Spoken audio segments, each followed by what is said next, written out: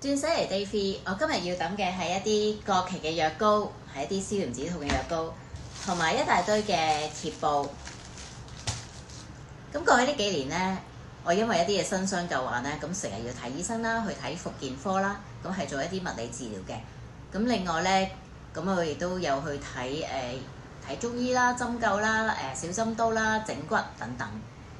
咁咧去睇中醫同埋去整骨咧，會送一啲咁嘅貼布嘅。咁送嗰啲貼布咧，效果就麻麻地嘅啦，同埋質量就唔係咁好咯。咁所以咧就剩翻一大堆嘅啦。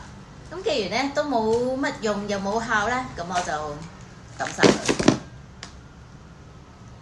真正嘅療愈咧係由抌一啲嘅舊藥、抌舊嘅情緒、抌舊嘅信念開始。咁我咧亦都見到有啲人你屋企咧儲咗好多過期嘅藥㗎。咁你屋企有冇啲過期嘅藥咧？咁你今日又想抌啲乜嘢咧？留言話俾我聽啊！